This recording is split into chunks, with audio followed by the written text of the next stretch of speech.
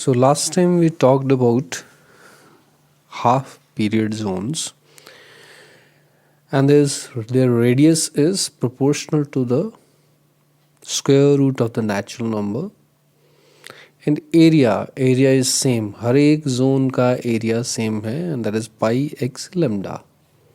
ये last time हमने consider किया था. जो भी हम वेव फ्रंट की बात कर रहे हैं उस वेव फ्रंट को हमने क्या किया था, जोन्स में कंसिडर किया.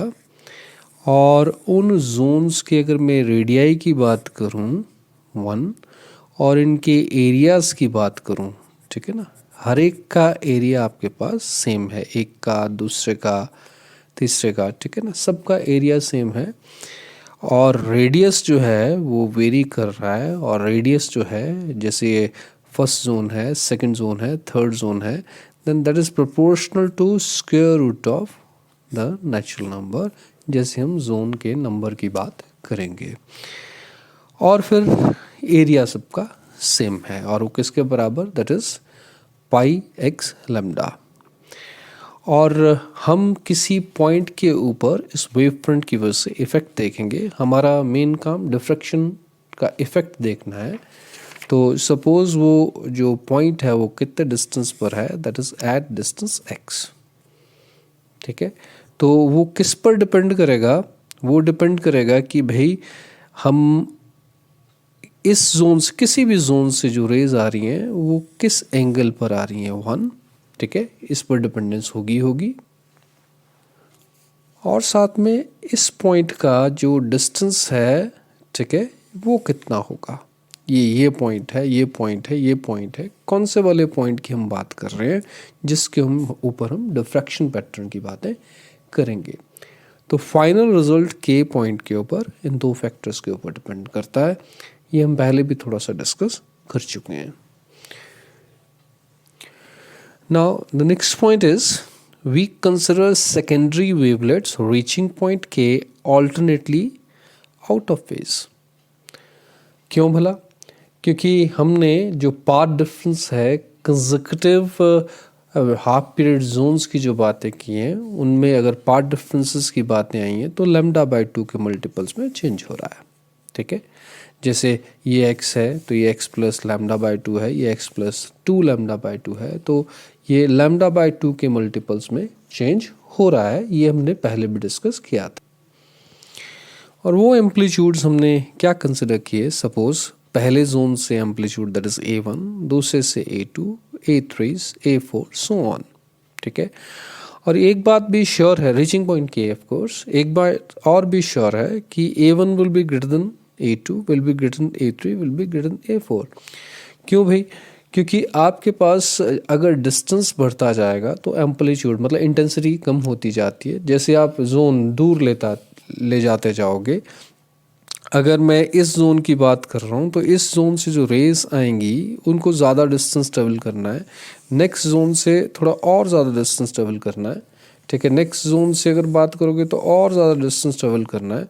तो जब डिस्टेंस बढ़ेगा आपके पास तो intensity is directly proportional to, rather inversely proportional to the distance square.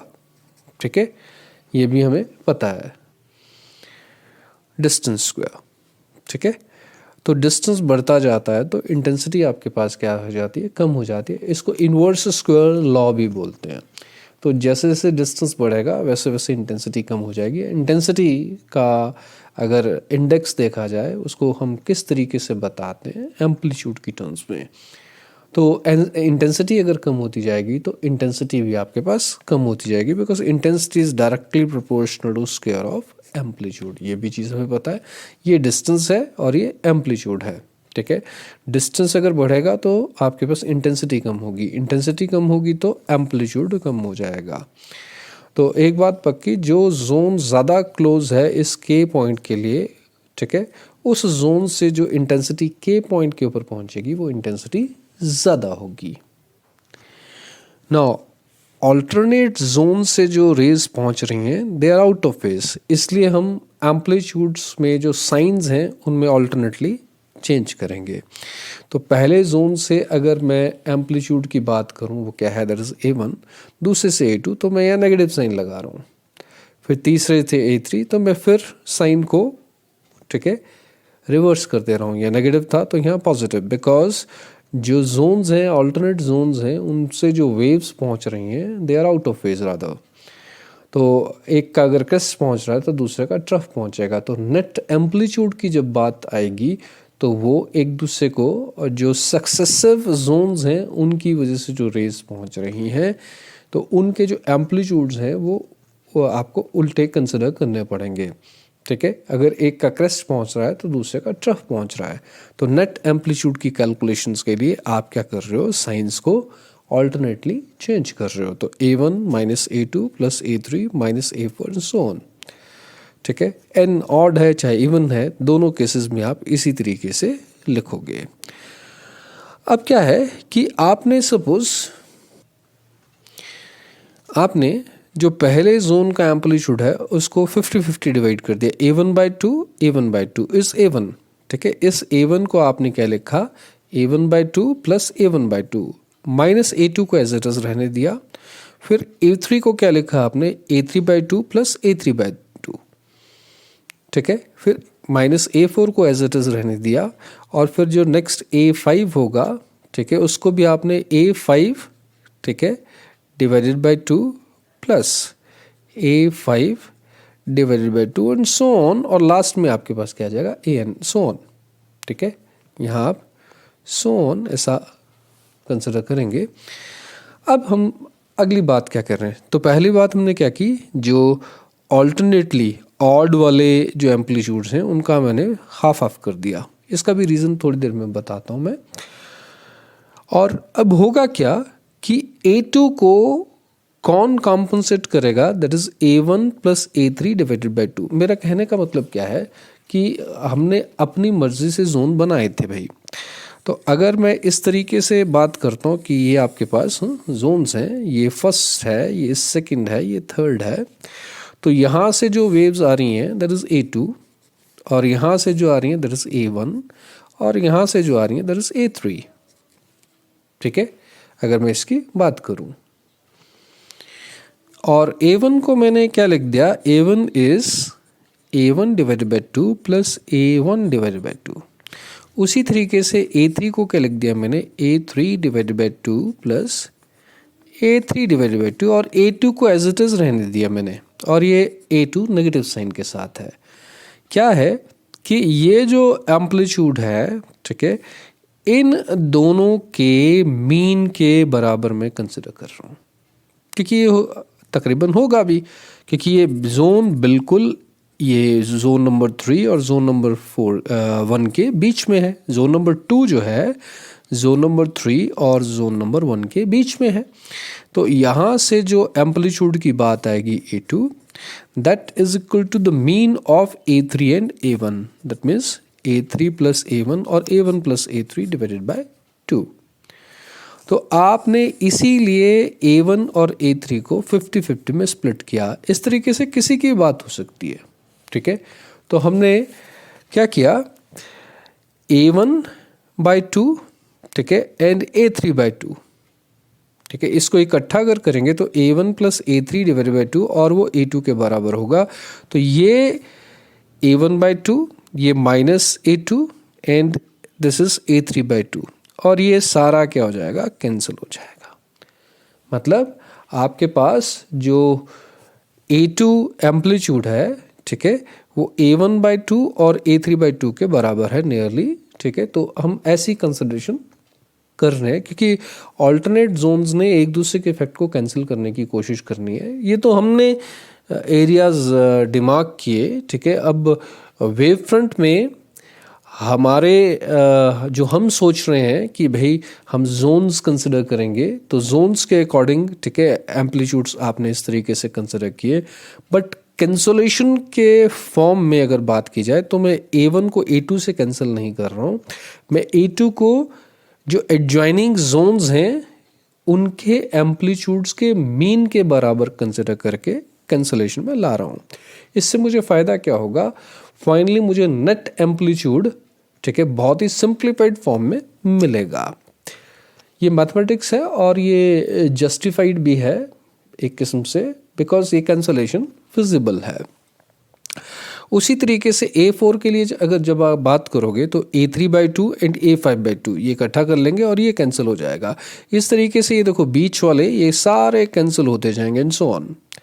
तो लास्ट में आपके पास क्या बचेगा, पहला A1/2 ये बचेगा, और अगर n इवन है तो ये आपके पास an-1/2 माइनस an ये बच जाएगा। जैसे मैं n इवन मतलब सिर्फ A4 तक की बात करूं, ठीक है, A4 तक आपके पास ये हो जाएगा, ठीक है। ये तो आपके पास क्या बचेगा, दैट विल बी A1/2 ये कैंसिल हो चुका होगा एंड A3/2 माइनस A4। तो वही चीज़ आपके पास ये दो टर्म्स लास्ट में बचेंगी अगर n इवन है। लेकिन n अगर ऑड है, सपोज मैं A5 तक बात करूं तो ये यहाँ तक आ गया, ठीक है। तब आपके पास तो क्या बचेगा, that will B A1/2 plus A5/2। तो A1/2 प्लस A5/2 टाइप। तो अगर n ऑड है तो आपके पास A1/2 और लास्ट वाली टर्म का हाफ, ठीक है। इफ n इज ऑड तो नेट एम्पलीट्यूड आपके पास ये होगा, और n अगर इवन है तो नेट एम्पलीट्यूड आपके पास ये निकल के आएगा। तो whole of the wave front is exposed, ठीक है। तब आप बात कर रहे हैं and n is very very large, क्योंकि आपने जो वेव फ्रंट कंसिडर किया है, देखो वो किसके मल्टीपल्स में आ रहा है, उसका एरिया जो है वो dependent that is on wavelength. आपने पाई एक्स लैम्डा की बात की, तो lambda is very very small, तो ये जोन्स बहुत छोटे छोटे होंगे। तो गिवन वेव फ्रंट में जो जोन्स का नंबर है बहुत बड़ा होगा, it will be very very large because the areas they are very very small. ये दिखाने के लिए हमने ऐसे बता दिए, but they are very very small, बहुत छोटे छोटे एरियाज होंगे। तो उसी एरिया में अगर टोटलिटी में बात की जाए, उसी एरिया में जो जोन्स का नंबर है, वो बढ़ जाएगा। अगर मैं बड़े एरियाज कंसिडर करूंगा तो जोन्स का नंबर कम होगा। तो एरियाज हमारे पास एक्चुअली में बहुत ही छोटे हैं, ठीक है। तो इसलिए आप बहुत ज़्यादा नंबर की बात कर रहे हो। तो इवन और ऑड का कॉन्सेप्ट ख़त्म हो जाता है, ठीक है। अगर आपके पास जोन्स बहुत ज़्यादा हैं, जैसे सपोज 1 करोड़ है, तो 1 करोड़ 1, ठीक है, या आप 1 करोड़ 2 की बात करें, दैट इज नियरली 1 करोड़। तो अगर आप कहें कि भाई अगर n बहुत ज़्यादा है तो इवन ऑड का चक्कर आपके पास ख़त्म हो जाता है। और लास्ट में एक और भी चीज़, ये इवन ऑड का चक्कर भी खत्म हो जाता है। एक और भी चीज़ आपके पास क्या है कि जोन्स का नंबर अगर बहुत ज़्यादा है तो आप बहुत ज़्यादा डिस्टेंस पर पहुंच जाएंगे, ठीक है। एक और भी चीज़, और ये आपके पास डिस्टेंस काफ़ी ज़्यादा होगा इसके कंपैरिजन में। तो इसका जो एम्पलीट्यूड है, रादर इसकी जो इंटेंसिटी है, इसके कंपैरिजन में बहुत कम होगी। तो an या an-1 की जो बातें करेंगे तो ये इंटेंसिटीज काफ़ी कम होगी in comparison to the first zone. तो मेनली हम फर्स्ट जोन की वजह से इंटेंसिटी मान जाएंगे, मतलब लास्ट की टर्म्स हम क्या कर देंगे, नियरली ज़ीरो निगलेक्ट कर देंगे, ठीक है। तो इन टर्म्स को आप अगर निगलेक्ट कर दें, because n is very very large, तो a इज़ नियरली a1/2, ये टर्म्स हम क्या कर रहे हैं, निगलेक्ट कर रहे हैं, क्योंकि आपके पास n बहुत ज़्यादा है। तो जो लास्ट वाले हाफ पीरियड जोन्स होंगे उनकी वजह से इंटेंसिटी बड़ी कम होगी। तो ये आप इन टर्म्स को क्या कर सकते हो, निगलेक्ट कर सकते हो। और फाइनली एम्पलीट्यूड आपके पास क्या हो जाएगा, that is a nearly equal to a1/2, ठीक है। आपने क्या किया, आपने सिर्फ फर्स्ट टर्म कंसिडर किया है, लास्ट की टर्म्स क्या कर दी, निगलेक्ट कर दी, ठीक है। तो a इज नियरली a1/2, और अगर नेट एम्पलीट्यूड ये है, आपको पता है intensity is directly proportional to square of the amplitude, तब इंटेंसिटी आपके पास क्या बन जाएगी, दैट इज k। a आपके पास क्या है, a1/2, इसका स्क्वायर दैट मीन्स a1²/4, तो k a1²/4। तो पहले जोन से अगर मैं इंटेंसिटी की बात करता तो क्या करता, I equals to k a1², ठीक है, directly proportional to square of amplitude. लेकिन नेट एम्पलीट्यूड आपके पास क्या है, a1/2 है। अब आपके पास इंटेंसिटी क्या बन जा रही है, k a1²/4। तो इसके कंपैरिजन में जो इंटेंसिटी है 1/4 रह जा रही है, ठीक है। ये चीज़ अब मतलब लास्ट में ये रिजल्ट निकल के आपके पास आता है। So the resultant intensity at K is 1/4 that of the first half period zone. तो कई बार ये आ जाता है कि ये प्रूव कीजिए, तो आपको ये चीज़ पता होनी चाहिए. Next is zone plate. Zone plate क्या है, हम खुद डिज़ाइन करेंगे. हम क्या करेंगे कि हम एक स्क्रीन डिज़ाइन करेंगे. ठीक है, उस स्क्रीन में हम क्या करेंगे, ऑल्टरनेटली मतलब बनाएंगे हम वैसे ही जैसे हाफ पीरियड जोन्स के एरियाज होते हैं वैसे बनाते जाएंगे. हम एक हिस्से को ठीक है ओपेक बना देंगे, नेक्स्ट हिस्से को हम ट्रांसपेरेंट बना देंगे, नेक्स्ट हिस्से को हम ओपेक बना देंगे. उल्टा भी कर सकते हैं. ठीक है, पहले वाले हिस्से को हम क्या कर सकते हैं, ट्रांसपेरेंट बना सकते हैं. दूसरे वाले हिस्से को हम क्या कर सकते हैं, ओपेक बना सकते हैं, एंड सो ऑन. ठीक है, फिर ट्रांसपेरेंट एंड सो ऑन. ठीक है, ये वाली कंसिडरेशन हम ला सकते हैं क्योंकि पहले जोन से हमने रेज की अगर बातें करनी है तो ये, और अगर सेकंड जोन से हमने बात करनी है पहले, तो फिर पहले वाले जोन को आप क्या कर दीजिए, ओपेक बना दीजिए. तो ये आप खुद डिज़ाइन कर रहे हैं. ठीक है, आपने पहले क्या किया, जोन्स बनाए और एरियाज कंसिडर किए. ठीक है, और एरियाज बिल्कुल वैसे ही पाई एक्स लैम्डा की फॉर्म में. ठीक है, इस तरीके से रादर अभी पाई एक्स लैम्डा भी रहने देते हैं. हमने ऑल्टरनेटली जोन्स कंसिडर किए, उन जोन्स के एरियाज क्या हैं वो सेम है और उनके रेडियाई क्या हैं प्रोपोर्शनल टू √n. ऐसा कंसिडर हमने सबसे पहले किया. So we draw a large number of concentric circles. ठीक है, with radii proportional to √n. As radii of Fresnel half period zones are proportional to square root. ठीक है, तो ये आपके पास जो जोन्स हैं वो हाफ पीरियड जोन्स के इक्विवेलेंट बन जाएंगे. ठीक है, ये भी चीज़ रहेगी आपके पास. The alternate zones are plated black. ठीक है, एज शोन इन फिगर. इस फिगर में आपने बात की तो alternate zones हमने क्या कर दिए, ब्लैक पेंट कर दिए. ठीक है, प्लेट कर दिए या पेंट कर दिए. ठीक है, इस पहली फिगर में जो पहले वाला जो जोन है वो ब्लैक है, फिर वाइट है, फिर ब्लैक है, फिर वाइट है, फिर ब्लैक. वाइट का मतलब ट्रांसपेरेंट. ठीक है, और उसका नेगेटिव बनाया हमने. तो इसका अगर मैं नेगेटिव बनाता हूँ, ठीक है, इसका नेगेटिव, तो यहाँ जहाँ ब्लैक है वो ट्रांसपेरेंट हो जाएगा, जो आपके पास ट्रांसपेरेंट है वो ब्लैक हो जाएगा. ठीक है, ये हम नेगेटिव की बात कर रहे हैं इसके. तो वाइट जोन बिकम्स ओपेक. ठीक है, and the black zone becomes transparent. The photograph is generally reduced. ठीक है, इस फोटोग्राफ को लेके आपने इसको रिड्यूस करना है. ठीक है, सो दैट ये जो हम लाइट यूज करेंगे उसके वेवलेंथ के टर्म्स में ये फाइनली जोन्स बन जाएं.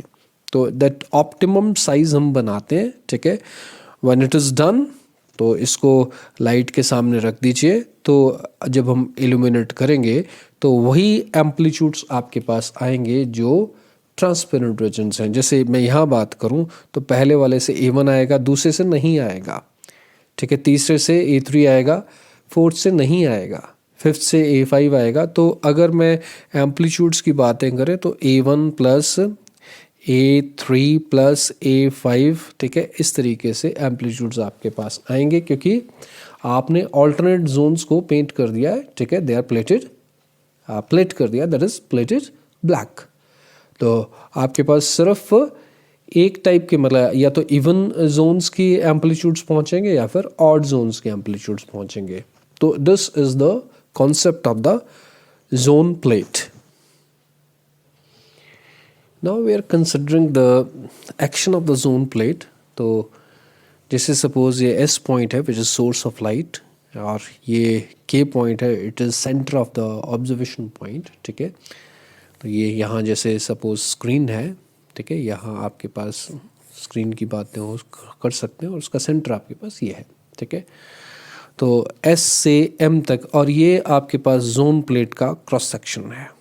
ठीक है, ये जो है जोन प्लेट का क्रॉस सेक्शन है. कहने का मतलब ये है कि ये सोर्स है आपके पास. ठीक है, यहाँ जैसे जोन प्लेट है और ये आपके पास U है और ये आपके पास V है, इट इज सोर्स, और ये ऑब्जर्वेशन पॉइंट है, its centre rather.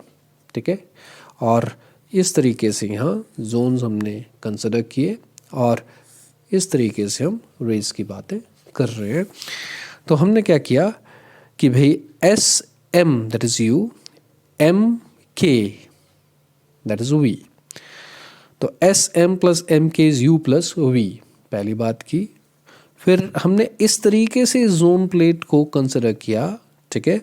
M1 is the boundary of the first, तो S M one plus M1 के इस तरीके से आपने एडजस्ट किया कि जो लेंथ में फ़र्क आए वो कितना आए, लैम्डा बाई 2 के मल्टीपल्स में, ठीक है।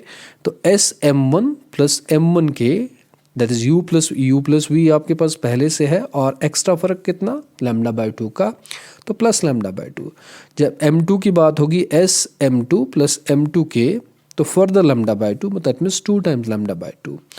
इसी तरीके से बात चलती रहेगी, ठीक है। और मैं जब nth जोन के एज तक की बात करूंगा तो S M N plus M N के that will be U plus V, ठीक है, u plus V plus n times lambda by 2।